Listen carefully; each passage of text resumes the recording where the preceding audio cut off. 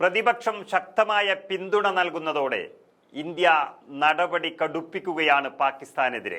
പാകിസ്ഥാനിലെ പാവങ്ങളെയല്ല ഭീകരരെയാണ് ഇന്ത്യക്ക് വേണ്ടത് എന്ന വ്യക്തമായ താക്കീത് വീണ്ടും നൽകിയിരിക്കുകയാണ് ഇന്ത്യ.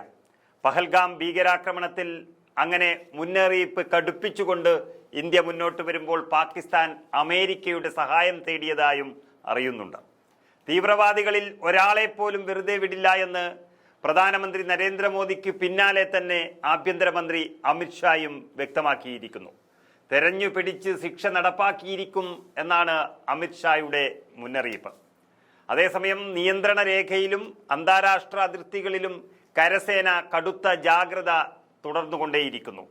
മുൻ നിശ്ചയിച്ച് 26-ന് അറബിക്കടലിൽ തുടങ്ങിയ അഭ്യാസ പ്രകടനം നാവികസേനയും തുടരുകയാണ്.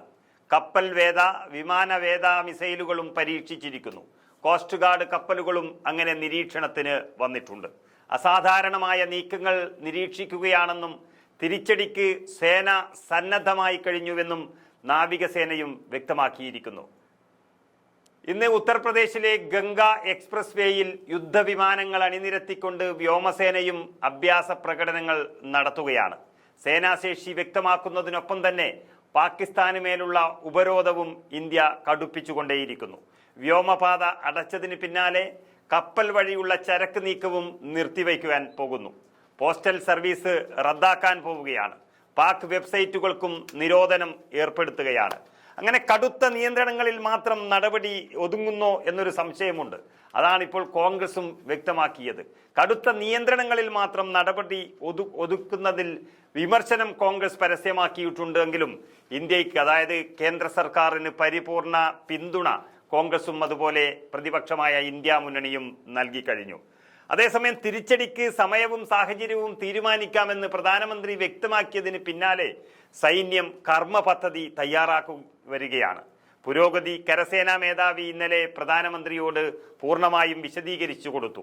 കഴിഞ്ഞ ദിവസം പുനഃസംഘടിപ്പിച്ച ദേശീയ സുരക്ഷാ സമിതിയുടെ ആദ്യ യോഗവും സൈനിക നീക്കം വിലയിരുത്തി കഴിഞ്ഞു. അതിർത്തിയിലും നിയന്ത്രണ രേഖയിലും ഉള്ള പാകിസ്ഥാന്റെ പ്രകോപനവും അലോക് ജോഷിയുടെ 6-അംഗ സമിതി വിലയിരുത്തി കഴിഞ്ഞു.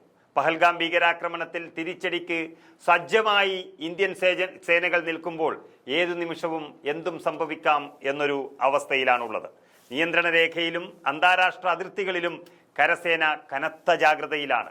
അറബിക്കടലിൽ മിസൈൽ പരീക്ഷണമടക്കം അഭ്യാസ പ്രകടനവുമായി ഏതു സാഹചര്യത്തെയും നേരിടാൻ തയ്യാറാണെന്ന് നാവികസേനയും വ്യക്തമാക്കിയതോടെ അങ്ങനെ 3 സേനകളും എന്തിനും തയ്യാറായി നിൽക്കുന്ന ഇന്ത്യയെ കാണുമ്പോൾ പാകിസ്ഥാൻ യഥാർത്ഥത്തിൽ അമേരിക്കയുടെ സഹായം ലഭിക്കുമോ എന്നുള്ളതിൻ്റെ നെട്ടോട്ടത്തിലുമാണ്.